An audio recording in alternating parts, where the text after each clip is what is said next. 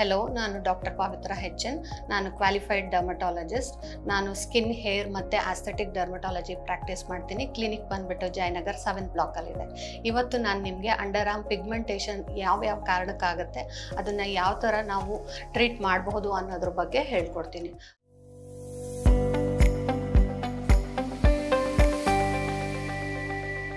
First and foremost thing ನಾವು general ಆಗಿ ನೋಡೋದು ಅಂತ ಅಂದರೆ ಅಂಡರ್ ಆರ್ಮ್ ಪಿಗ್ಮೆಂಟೇಷನ್ ಜಾಸ್ತಿಯಾಗಿ ನಾವು ನೋಡೋದು ತುಂಬ ತೂಕ ಜಾಸ್ತಿ ಆದಾಗ ಅಂಡರ್ ಆರ್ಮ್ ಪಿಗ್ಮೆಂಟೇಷನ್ ನಿಮಗೆ ಶುರುವಾಗ್ತಾ ಹೋಗುತ್ತೆ. ಅದೇ ಥರ ತೂಕ ಜಾಸ್ತಿ ಆದಾಗ ಪಿಗ್ಮೆಂಟೇಷನ್ ನೆಕ್ ಹತ್ರನೂ ಆಗ್ತಾ ಹೋಗುತ್ತೆ. ಅದು ಬಿಟ್ಟು ಫ್ರಿಕ್ಷನ್ ಕಾನ್ಸ್ಟೆಂಟ್ ಆಗಿ ವ್ಯಾಕ್ಸಿಂಗ್ ಅಥವಾ ಶೇವಿಂಗ್ ಮಾಡ್ಕೊತಾ ಇದ್ದಾಗ ಅದರಿಂದ ಕೂಡ ಪಿಗ್ಮೆಂಟೇಷನ್ ಶುರುವಾಗುತ್ತೆ.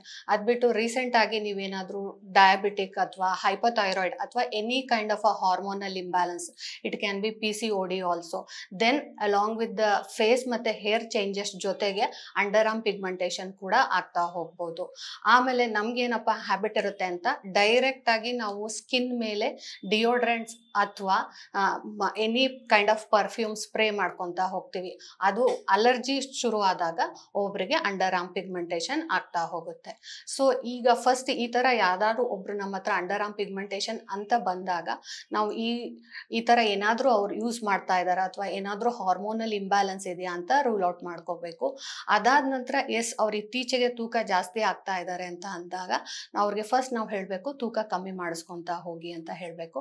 ಅದು ಬಿಟ್ಟು ಇನ್ಸುಲಿನ್ ರೆಸಿಸ್ಟೆನ್ಸ್ ಅಥವಾ ಡಯಾಬಿಟಿಸ್ ಅಥವಾ ಥೈರಾಯ್ಡ್ ಅಬ್ನಾರ್ಮಾಲಿಟಿ ಅಥವಾ PCOD ಏನಾದರೂ ಇದೆ ಅಂದಾಗ ಅದಕ್ಕೆ ಬೇಕಾದಂಥ ಇನ್ವೆಸ್ಟಿಗೇಷನ್ ಮಾಡಿಸಿ ಅದಕ್ಕೆ ಬೇಕಾಗೋ ಟ್ರೀಟ್ಮೆಂಟ್ ಕೊಡಬೇಕಾಗತ್ತೆ.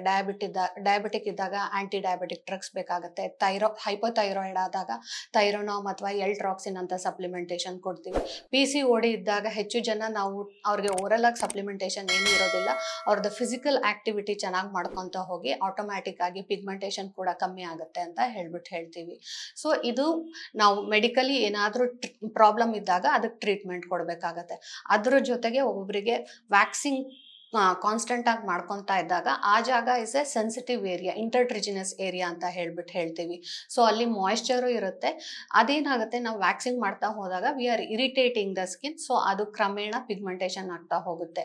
ಇಲ್ಲ ಶೇವಿಂಗ್ ಮಾಡ್ಕೊತಾರೆ ಒಂದಷ್ಟು ಜನ, ಅದು they will not do in one direction ಅಥವಾ ಒನ್ ಸಿಂಗಲ್ ಬ್ಲೇಡ್ ಇರೋ ಶೇವರ್ಸ್ ಯೂಸ್ ಮಾಡೋದಿಲ್ಲ. ಆ ಥರ ಟೈಮಲ್ಲಿ ಎಲ್ಲ ಪಾಸಿಬಲ್ ಡೈರೆಕ್ಷನಲ್ಲಿ ಶೇವ್ ಮಾಡಿದಾಗ ಕೂಡ ಒಬ್ಬೊಬ್ಬರಿಗೆ ಈ ಥರ ಪಿಗ್ಮೆಂಟೇಷನ್ ಆಗ್ತಾ ಹೋಗುತ್ತೆ. ಅದು ಬಿಟ್ಬಿಟ್ಟು ಡಿಯೋಡ್ರೆಂಟ್ಸ್ ಅಥವಾ ಪರ್ಫ್ಯೂಮ್ಸ್ನ ಡೈರೆಕ್ಟ್ ಆಗಿ ಅಂಡರ್ ಆರ್ಮ್ಸ್ಗೆ ಹಾಕೊಂಡಾಗ ಪಿಗ್ಮೆಂಟೇಷನ್ ಆಗ್ತಾ ಹೋಗುತ್ತೆ. ಈ ಥರ ಸ್ಪ್ರೇಸ್ ಹಾಕೊಂಡಾದಾಗ ಜಾಸ್ತಿ ಆಗ್ತಾ ಇದೆ ಅನ್ನೋರಿಗೆ we should advise them to use the deodorants or the body perfumes on the clothes.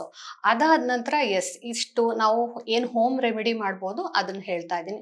ಅದಾದ್ಮೇಲೆ ಪಿಗ್ಮೆಂಟೇಷನ್ ತುಂಬಾನೇ ಜಾಸ್ತಿ ಇದೆ ಅಂತ ಹೇಳಿದಾಗ ಒಂದು ನೈಟ್ ಕ್ರೀಮ್ ಕೊಡ್ತಾ ಹೋಗ್ತೀವಿ ಪಿಗ್ಮೆಂಟೇಷನ್ ಕಮ್ಮಿ ಆಗಕ್ಕೆ. ಜೊತೆಗೆ ಅವ್ರ ತೂಕನೂ ಕಮ್ಮಿ ಮಾಡ್ಕೊಳ್ಳಿ ಅಂತ ಹೇಳ್ತೀವಿ. ಇದಾದ್ಮೇಲೆ ಈ ಕ್ರೀಮ್ಗೂ ಅವ್ರು ರೆಸ್ಪಾಂಡ್ ಮಾಡ್ತಾ ಇಲ್ಲ ಅಂತ ಇದ್ದಾಗ ಟ್ರೀಟ್ಮೆಂಟ್ಸ್ ಆಪ್ಷನ್ ಅಂತ ಬರ್ತಾ ಹೋಗುತ್ತೆ. ಒಂದು ಕೆಮಿಕಲ್ ಪೀಲ್ಸ್ ಮಾಡ್ಕೋಬಹುದು, ಇನ್ನೊಂದು ಕಾರ್ಬನ್ ಲೇಸರ್ ಮಾಡ್ಕೊತಾ ಹೋಗ್ಬಹುದು. ಇಲ್ಲ ಒಬ್ಬೊಬ್ಬರಿಗೆ ತುಂಬಾನೇ ಥಿಕ್ ಹೇರ್ಸ್ ಇದೆ, ವ್ಯಾಕ್ಸಿಂಗು ಶೇವಿಂಗ್ ಮಾಡಲೇಬೇಕು ಅಂದಾಗ ಅಂತ ಟೈಮಲ್ಲಿ we tell them stop using a shaver ಅಥವಾ ವ್ಯಾಕ್ಸಿಂಗ್ ಮಾಡ್ಕೊಳ್ಳೋದನ್ನ ಕಮ್ಮಿ ಮಾಡಿ ಅಂತ ಹೇಳ್ತೀವಿ. ಒಬ್ಬೊಬ್ರು ವೀಟ್ ಕೂಡ ಉಪಯೋಗಿಸ್ತಾರೆ, ಅದನ್ನು ನಿಲ್ಸಕ್ಕೆ ಹೇಳ್ಬಿಟ್ಟು we switch them to laser hair reduction. Definitive ಆಗಿ ಇದರಲ್ಲಿ ಇಂಪ್ರೂವ್ಮೆಂಟ್ ಇರುತ್ತೆ. ಲೇಸರ್ ಹೇರ್ ರಿಡಕ್ಷನ್ ಬಂದಾಗ ಒಂದು 6 ರಿಂದ 8 ಸೆಷನ್ ಬೇಕಾಗುತ್ತೆ. ಫಸ್ಟ್ 5 ಸೆಷನ್ ತಿಂಗ್ಳಿಗೆ ಒಂದ್ಸತಿ ಮಾಡಿಸ್ಕೊಳಕ್ ಹೇಳ್ತೀವಿ. 5 ಸೆಷನ್ ಆದ ನಂತರ ಅವ್ರದ್ದು hair growth, hair cycle of 1 month will become once in 1.5 month. 4 ರಿಂದ 5 ಸೆಷನ್ ಆದ ನಂತರ ಯಾವ ಮಟ್ಟಿಗೆ ಗ್ರೋತ್ ಇದೆ ಅದಾದ್ಮೇಲೆ ಎಷ್ಟು ಸೆಷನ್ ಬೇಕಾಗುತ್ತೆ ಅಂತ ಡಿಸೈಡ್ ಮಾಡ್ಕೊಂಡು 1.5 ತಿಂಗಳಿಂದ 2 ತಿಂಗಳಿಗೆ 1 ಸೆಷನ್ ಮಾಡ್ಕೊಂತೀವಿ. ಕಂಪ್ಲೀಟ್ ಆಗಿ 6 ಸೆಷನ್ ಕಂಪ್ಲೀಟ್ ಮಾಡ್ಕೊಂಡಿದ್ದಾರೆ ಅಂದಾಗ around 70 to 80% of the hairs will go permanently. ಆಮೇಲೆ ಉಳ್ಕೊಳ್ಳೋದು ಥಿನ್ ಫೈನ್ ಹೇರ್ಸ್. ಅದಕ್ಕೆ ನಾವು ಮೇಂಟೆನೆನ್ಸ್ ಸೆಷನ್ ಅಂತ once in 4 months or 5 months ಮಾಡ್ಕೊತಾ ಹೋಗ್ತೀವಿ. ನೆಕ್ಸ್ಟ್ ಮುಂಚೆನೆ ಹೇಳಿದ ಥರ ಅವ್ರಿಗೆ ಏನಾದ್ರೂ ಡಿಯೋಡ್ರೆಂಟ್ಸ್ ಹಾಕ್ಲೇಬೇಕು ಅಂತ ಇದ್ದಾಗ on the body don't spray it on the clothes ಅಂತ ಹೇಳ್ತಾ ಹೋಗ್ತೀವಿ.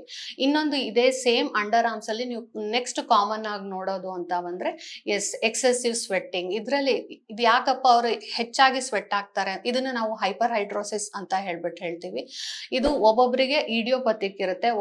ಇಡಿಯೋಪತಿಕ್ ಅಂದ್ರೆ ಏನು ರೀಸನ್ಸ್ ಇರೋದಿಲ್ಲ, just excessively when the tension or stress is more they sweat more and discoloration of clothes, ಬಟ್ಟೆ ಎಲ್ಲ ಅವ್ರದ್ದು ಡಿಸ್ಕಲರೇಷನ್ ಆಗ್ಬಿಟ್ಟಿರುತ್ತೆ.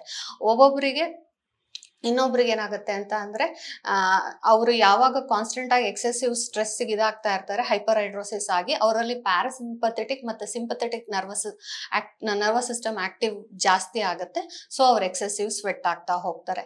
ಇಂಥ ಟೈಮಲ್ಲಿ ಆಪ್ಷನ್ಸ್ ಏನಪ್ಪಾ ಅಂದ್ರೆ ಒಂದು ಸ್ಪ್ರೇ ಬರುತ್ತೆ, ಅದನ್ನ ಮಾರ್ನಿಂಗ್ ಅಂಡ್ ನೈಟ್ ಹಾಕೋಬೇಕು. ಅದು ಆ ಟೈಮ್ಗಷ್ಟೇ ರಿಲೀಫ್ ಕೊಡುತ್ತೆ. ನೆಕ್ಸ್ಟ್ ಬಂದ್ಬಿಟ್ಟು ಎಕ್ಸೆಸಿವ್ ಸ್ವೆಟ್ಟಿಂಗ್ ಇದ್ದಾಗ you can go head with the Botox.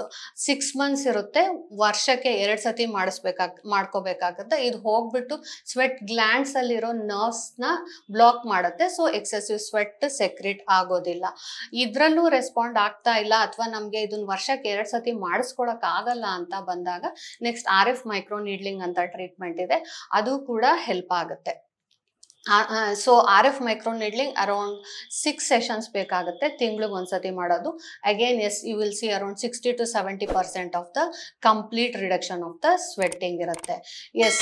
Hairs ಒಬ್ಬೊಬ್ಬರಿಗೆ ಹೇರ್ಸ್ ಹಾಗೆ ಬಿಟ್ಟಿದ್ದು ವ್ಯಾಕ್ಸಿಂಗ್ ಮಾಡ್ಕೊಳಕ್ ಇಷ್ಟ ಇಲ್ಲ ಅಂದವ್ರಿಗೆ you will see yellowish pigmentation on the hairs. ಇದನ್ನ ನಾವು ಟ್ರೈಕೋಮೈಕೋಸಿಸ್ ಆಕ್ಸಿಲಾರಿಸ್ ಅಂತ ಹೇಳ್ತೀವಿ. ಇದು ಸ್ವಲ್ಪ ಮಟ್ಟಿಗೆ ಬ್ಯಾಕ್ಟೀರಿಯಲ್ ಮತ್ತೆ ಫಂಗಲ್ ಇನ್ಫೆಕ್ಷನ್ ಇರುತ್ತೆ. ಇಂಥವ್ರಿಗೆ ಅವ್ರು ಯೂಸ್ ಮಾಡ್ತಾ ಇರೋ ಸೋಪ್ ನಾವು ಚೇಂಜ್ ಮಾಡಿ ಆಂಟಿಬಯೋಟಿಕ್ ಸೋಪ್ ಕೊಡ್ಬೇಕಾಗುತ್ತೆ. ಜೊತೆಗೆ ಆ ಜಾಗಕ್ಕೆ ನಾವು ಆಂಟಿ ಫಂಗಲ್ ಮತ್ತೆ ಆಂಟಿಬಯೋಟಿಕ್ ಕ್ರೀಮ್ ಕೊಡ್ಬೇಕಾಗುತ್ತೆ. ಇದನ್ನ ಅರೌಂಡ್ 1 ರಿಂದ 1.5 ತಿಂಗಳು ಉಪಯೋಗಿಸ್ಬೇಕಾಗುತ್ತೆ. ಸೊ ಅದು ಏನ್ ಯೆಲ್ಲೋಯಿಶ್ ಡಿಸ್ಕಲರೇಷನ್ ಆಗಿರುತ್ತೆ ಅದೇ ಇಂಪ್ರೂವ್ ಆಗುತ್ತೆ. ಸೊ ಲೇಸರ್ ಹೇರ್ ರಿಡಕ್ಷನ್ ಸೇಫಾ, ಅಂಡರ್ ಆರ್ಮ್ಸ್ಗೆ ಮಾಡ್ಕೋಬಹುದಾ ಮಾಡ್ಕೋಬಾರ್ದಾ ಅಂತ ಏನಾದ್ರು ಡೌಟ್ ಇದ್ರೆ ಡೆಫಿನೆಟ್ ಆಗಿ it is one of the proven treatment. Results ಕೂಡ ತುಂಬಾ ಚೆನ್ನಾಗಿರುತ್ತೆ and it is safest also. So around 70% of hairs complete ಆಗಿ ಹೋಯ್ತು ಅಂದ್ರೆ you will always have a good improvement. Only hairs ಕಮ್ಮಿ ಆಗೋ ಜೊತೆಗೆ ನಿಮ್ಗೆ ಲೇಸರ್ ಹೇರ್ ರಿಡಕ್ಷನ್ ಇಂದ ಅಲ್ಲಿ ಏನಾದ್ರೂ ಪಿಗ್ಮೆಂಟೇಷನ್ ಇದ್ರೆ ಅದು ಕೂಡ ಸ್ವಲ್ಪ ಮಟ್ಟಿಗೆ ಲೈಟನ್ ಆಗ್ತಾ ಹೋಗುತ್ತೆ. ಲೇಟೆಸ್ಟ್ ಹಾಗೂ ಇಂಟ್ರೆಸ್ಟಿಂಗ್ ಸುದ್ದಿಗಳಿಗಾಗಿ ಬಾಸ್ ಟಿವಿ ಕನ್ನಡ ಚಾನೆಲ್ನ ಸಬ್ಸ್ಕ್ರೈಬ್ ಮಾಡಿ, ಹಾಗೆಯೇ ಬೆಲ್ ಐಕಾನ್ ಪ್ರೆಸ್ ಮಾಡಿ. ಇದರ ಜೊತೆಗೆ ಫೇಸ್ಬುಕ್, ಇನ್ಸ್ಟಾಗ್ರಾಮ್, ಎಕ್ಸ್ ನಲ್ಲೂ ಮಿಸ್ ಮಾಡದೆ ಫಾಲೋ ಮಾಡಿ.